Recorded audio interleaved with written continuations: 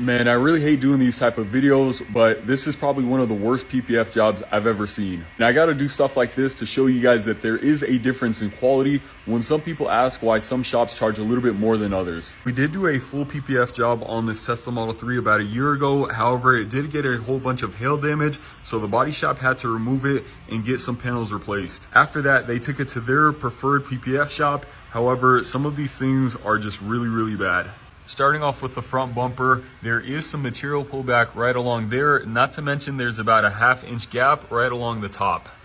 Come along to the bottom, there's some bubbles over there. The pattern doesn't line up around the fog light, and there is a little bit more material pullback right along the bottom.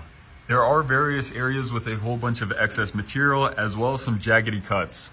The gap around the door handles is super big, not to mention they didn't even fully cover this. You guys can see there is a gap right along there. That's about a 1/4 of an inch gap. I don't know what these guys are thinking, but the material does end right there. So this whole entire rocker panel doesn't even have any paint protection film on it. More gaps around this door handle, as well as some material pullback right along there and in there. These Tesla trunks can be pretty difficult to do in one piece. However, they seamed the trunk right along there, and they didn't even bother to put any PPF on the bottom half of the trunk.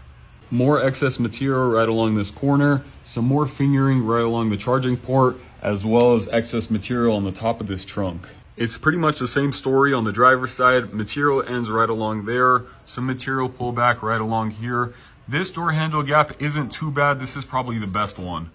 They did a much better job of lining up this door. However, they didn't heat seal it properly, so there is a whole bunch of contamination right along the top. And now I'm not going to talk smack without backing it up. So we have a Tesla Model Y right here that we did full body matte paint protection film, and I'm going to show you guys the level of quality that we hold ourselves accountable to. But you guys are going to have to wait for part 2 just to see that.